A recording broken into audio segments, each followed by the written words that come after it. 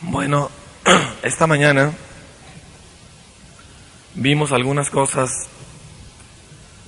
o tratamos de desechar algunas ideas que tenemos nosotros los seres humanos cristianos acerca de nuestra salvación, acerca de nuestros tratos con Dios, acerca de con quién Dios se relaciona y en base a qué.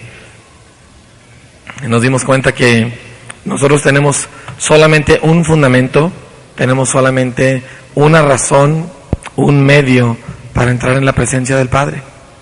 Que todo lo que nosotros podemos ofrecer no tiene valor. Por muy sincero, por muy ferviente que sea, no tiene valor. Solo la sangre de Jesucristo, solo la persona de Jesucristo. Y qué bueno que no tenemos que depender de lo que nosotros hacemos o de lo que somos, porque si no, como se dice ahí en mi tierra, estaríamos fritos, ¿verdad que sí?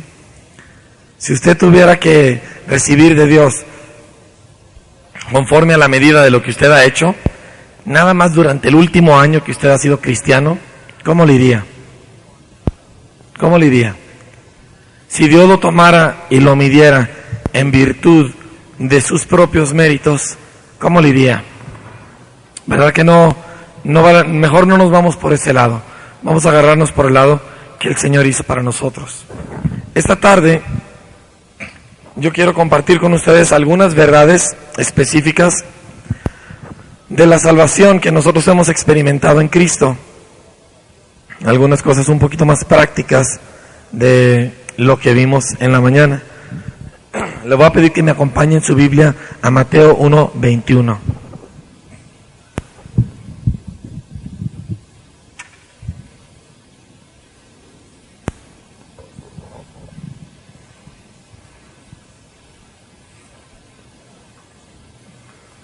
Le quiero dejar sembrada una idea,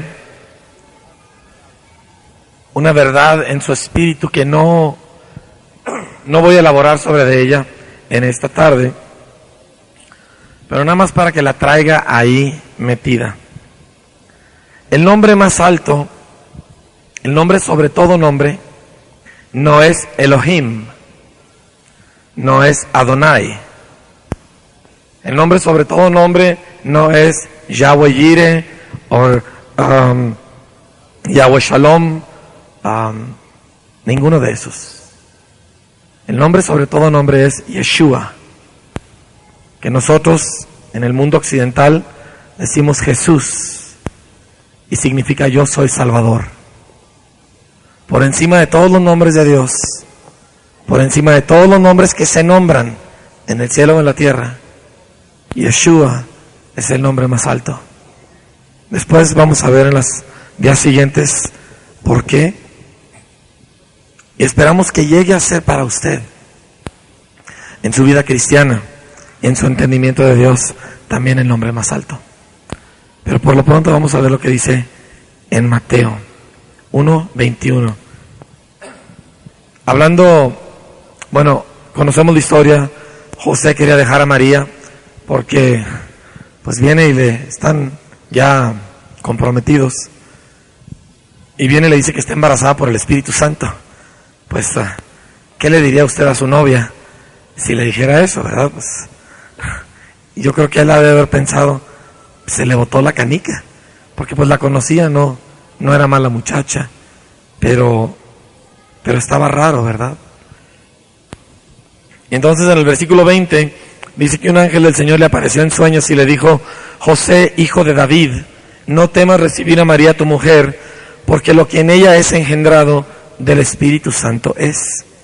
Y dará a luz un niño y llamará su nombre Jesús. ¿Por qué? Porque él salvará a su pueblo ¿de qué? De sus pecados. Muchos cristianos tenemos la idea de que Jesús vino a salvarnos del diablo. Hay algo de cierto, ¿sí? Otros pensamos que Jesús vino a salvarnos de nuestras tribulaciones. Pero la Biblia dice que Jesús vino a salvarnos de nuestros pecados. O sea que el peor enemigo del ser humano no eran ni el diablo, ni sus problemas, ni las enfermedades, ni ninguna de las otras muchas cosas que le suceden al ser humano, sino que su principal problema era el pecado, su pecado. ¿Sí? Y Jesús vino para salvarnos de eso. Esta mañana nosotros vimos algunas verdades al respecto, pero yo hoy quiero examinar la naturaleza y algunas de las implicaciones de nuestra salvación. Y de alguna forma con esto poner un poquito de base algunas de las cosas que vamos a ver mañana. Es importante que nosotros entendamos que el principal problema del ser humano no es el diablo, es el pecado. El diablo solo tiene acceso a dañar al ser humano mediante la puerta abierta llamada pecado. Sin pecado, el diablo no tiene poder. Si el diablo tuviera poder donde no hay pecado, pudiera haber dañado a Adán y Eva, y no pudo. Su única herramienta contra ellos era la mentira, la tentación. Ellos pecaron, Adán pecó conscientemente, y a consecuencia de eso, el diablo terminó teniendo autoridad sobre la tierra. Y desde entonces, todo hombre ha pecado, por lo tanto, la maldición, la muerte, han entrado en la vida de todo ser humano.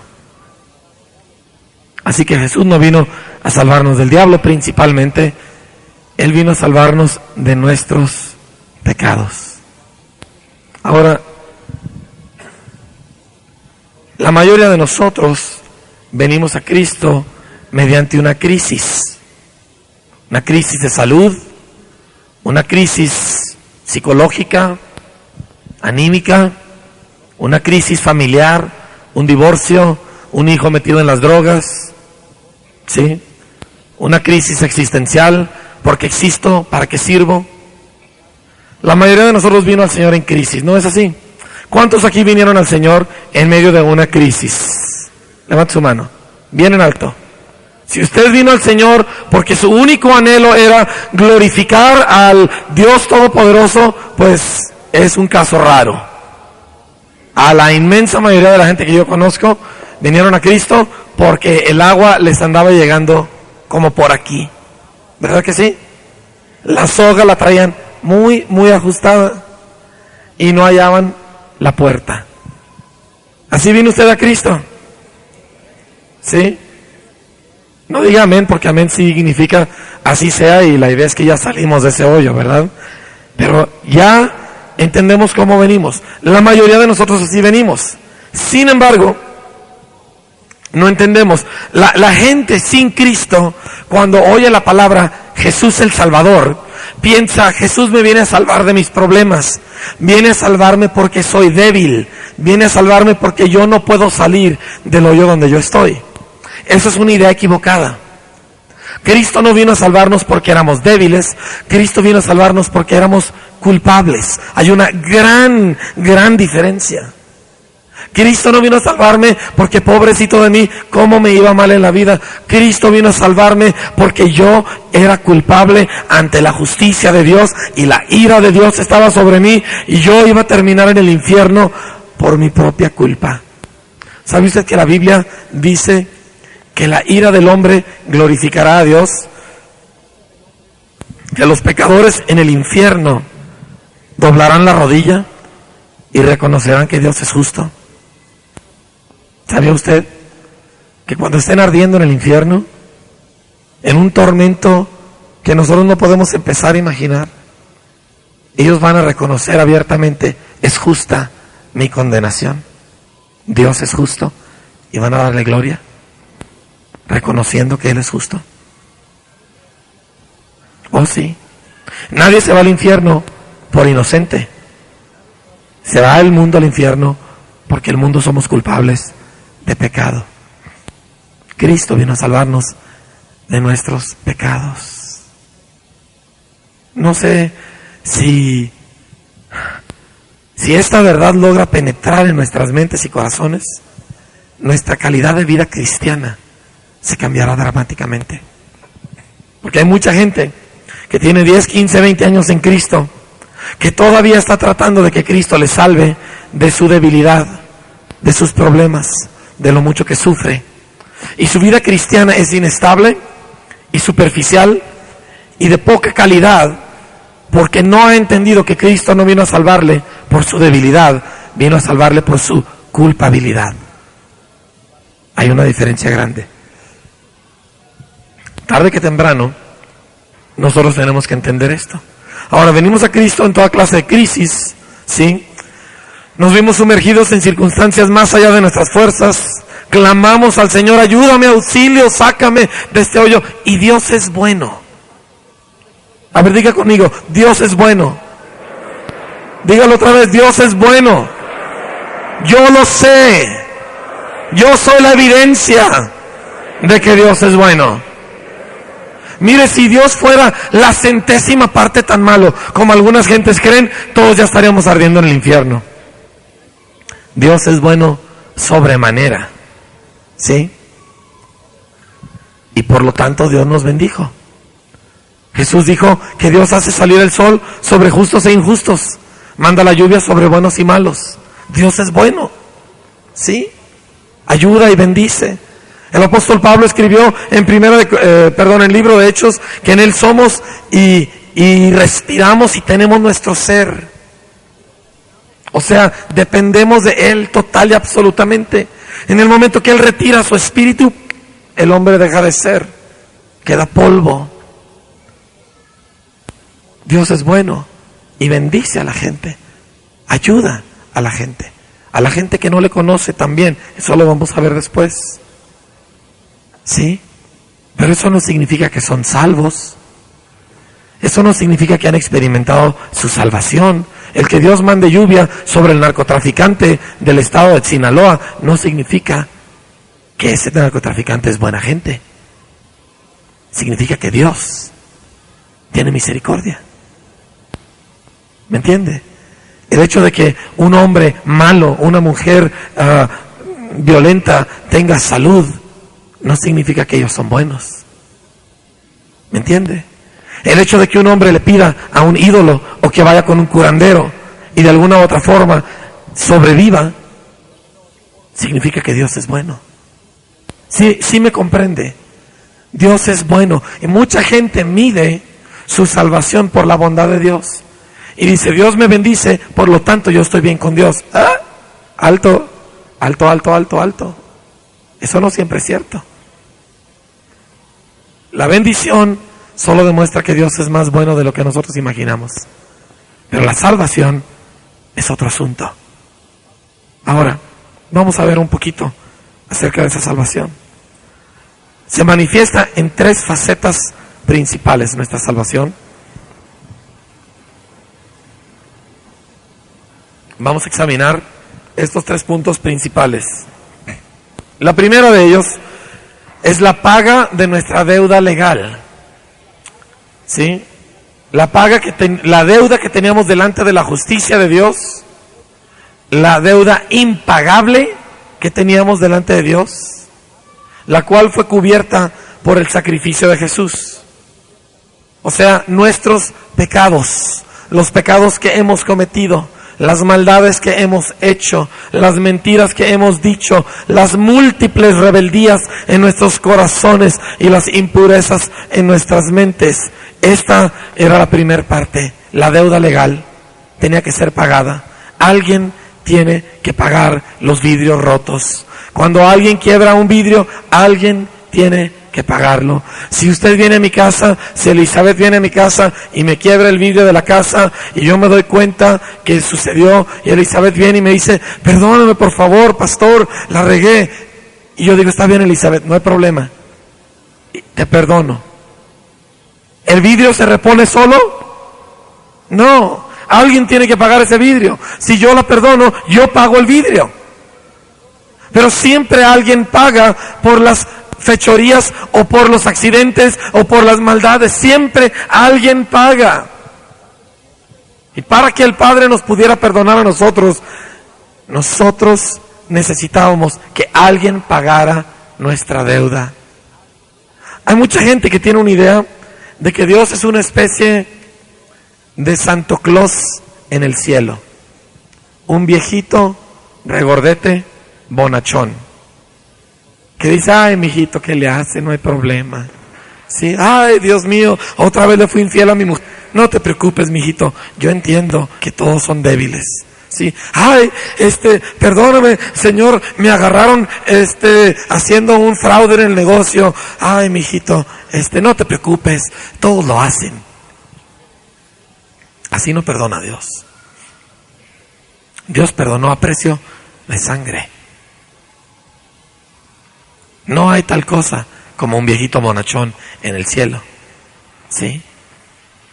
Nuestro Dios es un fuego consumidor, santo más allá de nuestra imaginación. Y para perdonar tuvo que extraer justicia de algún otro lado. Y derramó el castigo correspondiente a nosotros sobre su Hijo Jesús para pagar la deuda. Alguien tenía que pagar. Usted ha sido comprado con un precio muy alto. Usted ha sido comprado eternamente con la sangre del Cordero. Su deuda fue pagada y usted le pertenece a Él. ¿Sí? Entonces, ¿cómo es que el Señor nos salvó? Déjenme hablar un poquito acerca del perdón de nuestros pecados. El problema principal del ser humano para recibir la salvación de sus pecados, de sus culpas, es que él no está dispuesto a reconocer su culpa ni la enormidad de su deuda moral, y por lo tanto no le pide a Dios perdón como criminal culpable y no lo recibe. Dice, pero yo conozco mucha gente que le pide perdón a Dios mañana, tarde y noche. Sí, es el borrachito que está hincado y le dice, perdóname, pero es que no puedo hacer otra cosa. ¿Me entiende? Es el que le pide al viejito bonachón que se imagina que existe en el cielo y le dice, ay, Diosito, tú eres muy bueno, y pues, ay, se me volvió a pasar, ¿verdad? Ay, discúlpame, ay, perdóname, pero es que soy débil, es que soy humano, es que no lo puedo evitar. Eso no es pedir perdón. Eso es decir, tú me hiciste defectuoso y por eso hago estas cosas. La culpa la tiene el mundo, la culpa la tiene Televisa, la culpa la tiene alguien, el pastor, ¿verdad? Porque a veces el pastor le echamos la culpa de todo. Pero el asunto es no vienen y dicen, yo soy culpable, yo he pecado, yo merezco el infierno. Los antiguos describían la salvación de la siguiente manera. Dice, el hombre llega un momento donde se ve complacido con el carácter justo y santo de Dios y acepta su condena como justa. Y desde ese punto pide perdón. Es muy diferente. El problema del ser humano es que no recibe el perdón de Dios porque no lo pide. Y no lo pide porque no quiere reconocer ni su culpa ni la enormidad de su pecado. Adán fue así. ¿Comiste del fruto que te dije que no comieras? Es que la mujer que tú me diste, ella tuvo la culpa, tú tuviste la culpa, todo el mundo tuvo la culpa. Yo no fui. Yo soy víctima de las circunstancias. Pobre de mí, me entregó la fruta, ¿qué querías que hiciera? Ella ya había comido y ahora ¿cómo le hacía yo? Y desde entonces los seres humanos hemos estado evadiendo nuestra culpa. No nos gusta reconocer la culpa. ¿Verdad que no? ¿Verdad que no? Agarre usted a un niño que trae en la mano un bat de béisbol, ¿sí? Y hay un vidrio quebrado en la casa. ¿Qué pasó aquí? ¿Quién fue? ¿Sí? Y luego empieza. O vamos a decir que usted agarra a dos niños peleando, ¿sí? ¿Cuántos aquí tienen más de un hijo? Levanten la mano. Más de un hijo. ¿Sus hijos algunas veces se han peleado? Sí, ¿verdad? Y agarra a los dos niños y se están peleando y agarra a uno y a ver qué pasó. No, pues es que él me pegó y me habló muy feo. Y entonces uno va a regañar al otro, ¿verdad? Porque el papá siempre le creemos primero a uno y vamos sobre del otro. Y a ver, ¿por qué le pegaste? ¿Y por qué le hablaste feo? Pues es que él me dio un puntapié y me jaló los pelos, ¿verdad? Y entonces vuelve uno con el otro. ¿Qué pasó? Pues es que yo quería su juguete. Y total nadie tiene la culpa de nada. Puras blancas palomas inocentes, mi hijito el santo. Yo dirijo una escuela Tengo una escuela cristiana, kinder, primaria y secundaria, ¿sí? Y yo de vez en cuando tengo que tratar con los niños. Y nosotros usamos la vara de corrección. Así es. Y el que no quiere, pues no tiene sus hijos en la escuela. Tan sencillo como eso, ¿sí?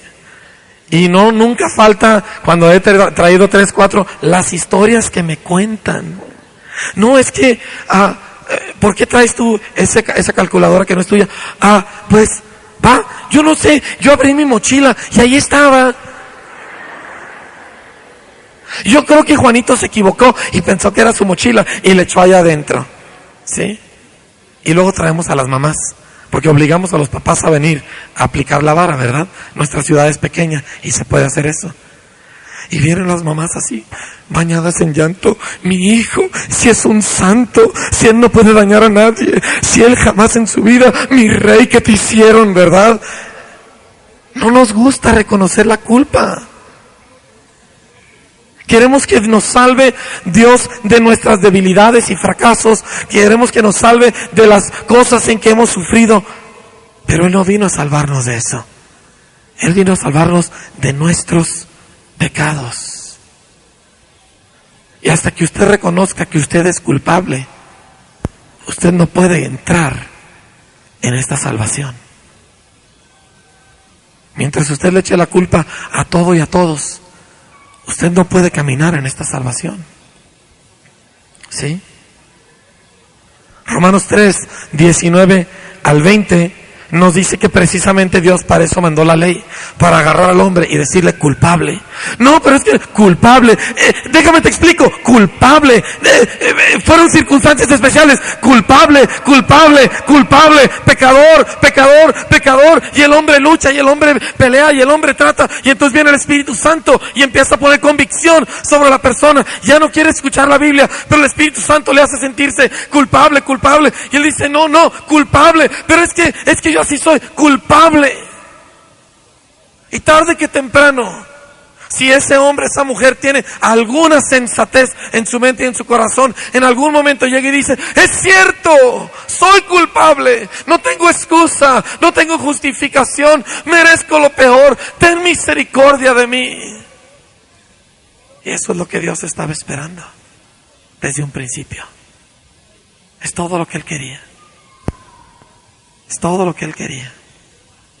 Tantas veces yo como pastor que tengo que tratar con gente y todo lo que estoy esperando es que nada más digan, es cierto, la regué, perdóneme. Es todo lo que quiero. No me explique, no me diga, no me importa, no me interesa, no es importante en ese sentido. Nomás voltee y diga, es cierto, perdóneme. Llegaste tarde, pues es que el tráfico y el periférico y a mi abuelita que le tengo que cuidar. No me lo explique, nomás diga, discúlpame, fin del asunto. Pero batallamos los seres humanos, encubrimos nuestras culpas. La culpa es algo que nos afecta mucho y por eso siempre estamos justificándola. Pero Cristo vino no solo para quitar nuestros pecados, sino para eliminar la culpa. ¿Sabía? La sangre de Jesucristo, dice, lava nuestras conciencias de obras muertas. Quita el sentimiento de culpabilidad. Si usted lee Levítico con cuidado, se va a dar cuenta que había varios tipos de sacrificios. Y había entre ellos sacrificios por el pecado y sacrificios por la culpa. 2 tipos. Porque son cosas diferentes. El pecado es la acción mala, desobediente que uno toma. La culpa es la mancha que queda.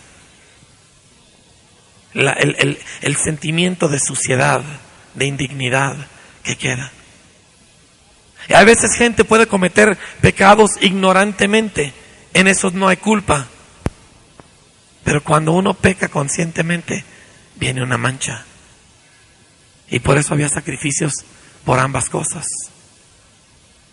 Cuando un hombre o una mujer viene a Cristo y reconoce su culpa, el resultado viene a ser que la sangre de Cristo le limpia de todo pecado. ¿Ha leído ese versículo? ¿Sí? Primera de Juan, ¿qué es lo que dice? Dice, si confesamos, ¿sabe qué significa confesar? Estar de acuerdo. Dios dice, pecado, y usted dice, herencia. Dios dice, pecado, usted dice, cuestión cultural. Dios dice, pecado, usted dice, idiosincrasia mexicana. Dios dice, pecado, usted dice, es debilidad de carácter. Dios dice, pecado. Y usted viene y se hinca y dice, perdóname por la debilidad de mi carácter, pecado, perdóname por mi cultura, pecado, perdóname por mis genes y lo que heredé de mis padres, pecado. Y hasta que usted voltea y dice, es cierto, es pecado, lo hice y lo quise hacer, fui rebelde y sucio, perdóname. La sangre de Cristo viene y lo limpia todo. Qué sencillo. Doloroso, pero sencillo. ¿A quién está tratando de engañar? ¿Me entiende? ¿A quién quiere contar? Yo voy a la cárcel a veces. Tenemos un ministerio en la cárcel ahí en Parral. ¿Y sabe qué es la cosa más interesante del sistema de justicia mexicano? Que solamente metemos a la cárcel a gente inocente. Pura gente. Ahí no hay ni un solo criminal. ¿No sabía usted eso? ¿Alguien aquí va a la cárcel? Pregúnteles a los presos. ¿Y tú por qué estás aquí? No, pues porque me agarraron y el abogado no servía y eran puras mentiras. Yo ni estaba ahí. Claro. Puras inocentes palomas. Tanto que hablar sobre esto. Tanto que decir. Porque esto sigue siendo un problema, aún ya convertidos a Cristo, en muchos casos. ¿Verdad que sí? No nos gusta que nos digan, no nos gusta que nos señalen, no nos gusta reconocer que somos faltos. Pero mi hermano, mi amigo, la única cosa en que nosotros podemos gloriarnos es en la cruz de Cristo. La única cosa en que nosotros podemos sentirnos es en Él, ¿me entiende? De que yo tengo 18 años en Cristo, pero ha habido gentes inconversas que me han enseñado lecciones acerca de la vida cristiana. Uy, ¿a cuántos de ustedes sus familiares inconversos los atacan? Levante la mano. Sus faltas. Le dicen, pues no que eres cristiano. Pues ¿de qué te sirve leer la Biblia? Pues ¿qué caso tiene que tú vayas ahí? Son puras mentiras, mírate. Le dicen eso. Se siente feo, ¿verdad? Gracias a Dios. Y usted les rebate y les dice que no, que mira, que aquí, que allá. Pero es cierto. ¿Por qué mejor no nomás decir, sabes qué? La regué. Perdóname. Di un mal testimonio como cristiano. Así no debo de ser. Tienes toda la razón. Pero es un pagano inconverso perdido. ¿Qué le hace? El burro de Balaam tampoco era salvo. Y sin embargo, habló de parte de Dios. ¿Sí? La deuda de nuestros pecados es tan grande que solo el sacrificio de un Dios pudo cubrirla. Escúcheme. Nuestra deuda moral con la justicia divina era tan grande que solo el sacrificio de un Dios pudo cubrirla. Yo no sé si usted me está escuchando. La deuda que teníamos ante el cielo era tan grande que solo el sacrificio de un Dios pudo cubrirla. Usted no me salga a mí con que yo siempre he estado con Dios. Pamplinas. Es que yo siempre he creído en Cristo. ¡Qué mentira! Jesús Castelazo platica la anécdota de una vez que él entró con un hombre de negocios, creo que era un banquero, y le empezó a hablar de Cristo, y este hombre le empezó a decir que él era estudiado y que la filosofía y que un chorro de cosas, y volteó Jesús Castelazo, así chiquito como está, y le dijo, usted no es más que un miserable pecador. Y ese hombre se arrepintió y Cristo lo perdonó de sus pecados. Esa es la razón por la que la gente buena batalla más para convertirse que la gente mala. Esa es la razón que Jesús le dijo a los fariseos. ¿Puede haber fariseos en un grupo como este?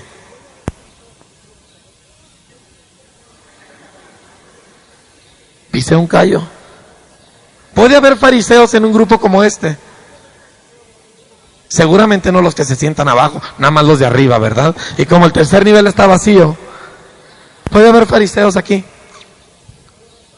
Jesús le dijo, las prostitutas y los publicanos van delante de vosotros al reino de los cielos. ¿Por qué será que primero se salva un drogadicto que un hombre decente? No digo que siempre es así, pero en la mayoría de los casos. ¿Por qué sucede eso? Porque reconoce, ya no puede negar la realidad de su conducta, de su vida. Ya no puede estar tapando el sol con un dedo. ¿Me entiende? Tiene que enfrentar la realidad. Ahora yo quiero hacerle un pequeño dibujo que le ayude a entender un poquito acerca de la salvación, porque a lo mejor no voy a llegar a mis otros puntos esta tarde. ¿Alguien me puede ayudar aquí, por favor? Este paquete está cerrado. Pero quiero explicar cómo la mayoría de nosotros pensamos que es la salvación y cómo es en realidad. Y lo vamos a hacer con un diagrama muy sencillito.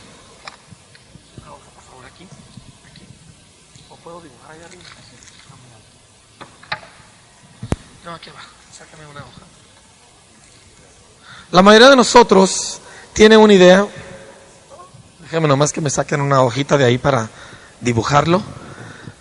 De que de alguna forma u otra todos los seres humanos están medio tratando de llegar a Dios.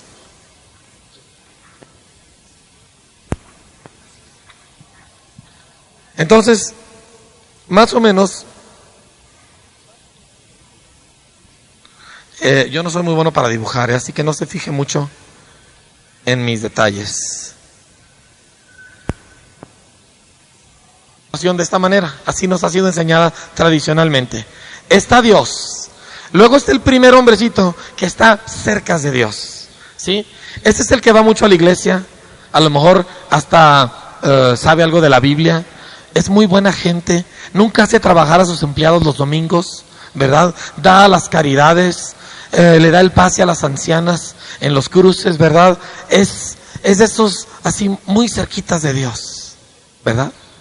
Y luego el de en medio, pues eso es lo que somos la mayoría, ni muy ni tan, ni a Dios ni al diablo, ¿verdad? Sino que pues es buena gente, lleva su matrimonio, allá de vez en cuando pues se le suben las copas, ¿verdad? O una aventurilla, una revistilla, no muy grave, ¿me entiende? Un que otro despiporro por ahí, pero nada demasiado salvaje, ¿sí me entiende? Normalón, ahí la lleva. Buena gente, cuenta chistes colorados, pero no delante de las mujeres, y así por el estilo. Ese no está tan cerca, pero a pesar de eso, se acuerda de Dios. A veces le pide a Dios, ¿verdad? Va de vez en cuando a alguna iglesia. ¿Sí me entiende? No es tan malo. Y a veces a sus hijos en la noche les dice, Dios te bendiga si se van a ir de viaje o algo por el estilo. El último tipo, ese es lo que arrojó el granizo. ¿Sí me entiende? Es la piel de Judas. Es el borracho, es el ladrón, es el que vende droga en las esquinas. ¿Me entiende? Es un desalmado, es una persona completamente terrible y violenta. Pero a pesar de estar tan lejos, a veces, sobre todo cuando está en aprietos muy graves, le pide a Dios ayuda. Se acuerda de Diosito, ¿verdad? Allá una vez cada 3 años como que le da un impulso de arrepentirse. La idea de toda la gente tradicional es que todos estos hombres, aunque estén en diferentes, me pasas otro acetato, aunque estén en diferentes distancias de Dios, todos de alguna manera van hacia Dios. Esa es la idea tradicional, ¿sí? Entonces, Entonces la idea que tiene la gente es que la manera que uno se convierte es que se va de una posición a la otra, se acerca a Dios. ¿Cuántos le han dicho a una persona inconversa, acércate a Dios? ¿Se lo ha dicho? Así pensamos, es muy equivocado. Nunca le debe decir a un inconverso, acércate a Dios, ahorita va a ver por qué. Pero nuestra idea es entonces que ese borracho terrible, drogadicto, etcétera, se convierte, se entrega a Cristo y se acerca. Y a lo mejor llega hasta en medio, se convierte en un hombre más o menos decente, ahí la lleva. No es el más santo de los santos, pero ahí va. Y en algunos casos muy extraordinarios, se brinca al de en medio y llega hasta el de acá y hasta predica y hasta bien cerquitas de Dios. Así pensamos. Pero la realidad es la siguiente.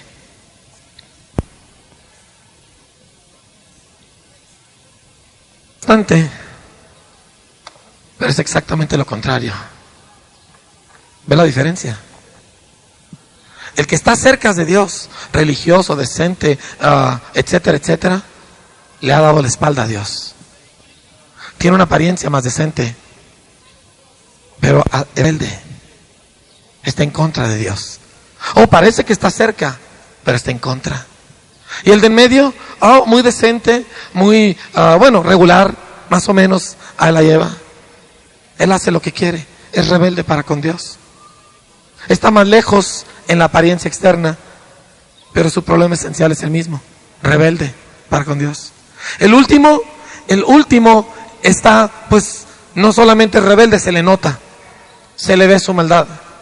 Conversión es que uno da la media vuelta y se vuelve hacia Dios. No que se acerca a Dios, no que se hace un poquito mejor, no que cumple un poquito más los requisitos de la vida, sino que reconoce que es enemigo de Dios, reconoce que va en contra de Dios y entonces, clamando a Dios, recibe el perdón de sus pecados y da la media vuelta. Y ahora vive para Dios. Ahora esto puede parecer un dibujo muy sencillo, pero es fundamental. Porque usted tiene vecinos y usted piensa que son buena gente y son enemigos de Dios. Y la ira de Dios está sobre de ellos. Y usted tiene parientes que usted dice, tan tierna mi tía, y son enemigos de Dios. Y la ira de Dios permanece sobre sus vidas. No hay un Diosito bonachón en el cielo. No existe. Nuestro Dios es un fuego consumidor. Usted no puede comprender la gravedad del pecado hasta que usted ve la santidad de Dios.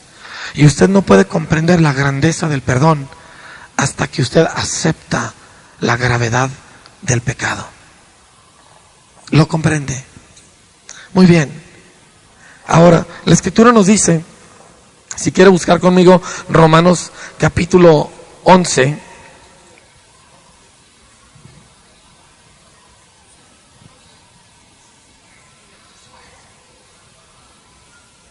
Romanos capítulo 11. Pablo tiene 11 capítulos explicando la salvación por la fe. Y el capítulo 11 es el final, es la conclusión de toda su enseñanza. De esta, la suprema de las epístolas, ¿sí? En cuanto a doctrina se trata. Y en el capítulo 11, vamos a leer el versículo 32. Dice, vamos a leer desde el versículo 30. Dice, pues como vosotros también en otro tiempo erais desobedientes a Dios, pero ahora habéis alcanzado misericordia por la desobediencia de ellos, los judíos, así también estos ahora han sido desobedientes, para que por la misericordia concedida a vosotros, ellos también alcancen misericordia. ¿Por qué? Porque Dios sujetó a todos en desobediencia. ¿Para qué? Para tener misericordia de todos. ¡Qué locura! ¡Qué paradoja!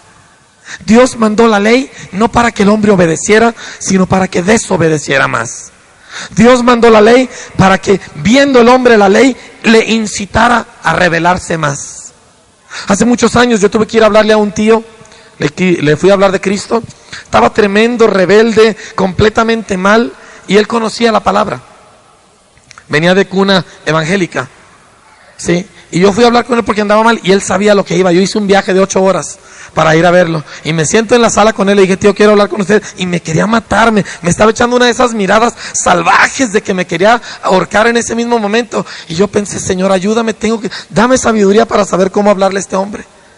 Y de repente me cayó y le dije, ¿sabía, tío, que Dios nos dio los mandamientos para que pecáramos más y se le iluminaron los ojos. Pero es cierto, Dios dio los mandamientos para que el hombre reconociera que no los puede cumplir, para que el hombre reconociera que es rebelde, y llegando a un punto donde perdía la esperanza de salvarse a sí mismo por sus propias fuerzas y por sus propias justicias, clamara a Dios, pidiera misericordia y la recibiera, porque eso es lo que Dios quería darle desde el principio: el perdón. Dice: Enrique, tienes 3 sesiones hablando del perdón de mis pecados. No, tengo 18 años hablando del perdón de mis pecados, y espero por lo menos seguirle otros 60. No puedo encontrar un tema más grande, no puedo encontrar una verdad que me absorba más. No hay ninguna cosa que cautive mi imaginación con mayor fuerza que el perdón de mis pecados. No me canso de buscar todo lo que la Escritura dice al respecto, porque todavía no lo comprendo. Todavía no lo acabo de entender completamente. Es algo tan maravilloso. Mi canción favorita, yo creo, de todos los tiempos, himno antiguo, Amazing Grace en inglés. Dice: sublime gracia. En inglés realmente dice sorprendente, asombrosa gracia. Dice: sublime gracia del Señor, que a un infeliz salvó. Fui ciego, mas ahora veo. Estaba perdido, pero Él me halló. Dice: ¿por qué tienes que hablar tanto de esto? Porque nosotros, el fundamento de nuestra vida es Jesús, y su nombre significa: yo soy Salvador. Yo soy Salvador. Pablo dijo: yo quiero ser hallado no teniendo mi propia justicia, que es por la ley, sino la justicia que es de Dios por la fe en Cristo Jesús. Había escrito epístolas. Era el obrero preeminente del Nuevo Testamento. Sí, pero sin embargo dijo: cuando yo me hinco, lo que recuerdo es que Él me perdonó, habiendo sido yo asesino, siendo el primero de los pecadores, el peor de ellos, y Él me salvó.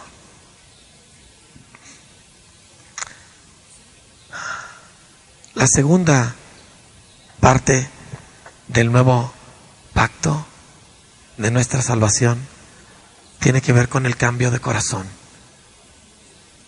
Y voy a iniciarle un poquito en lo que vamos a estar viendo mañana.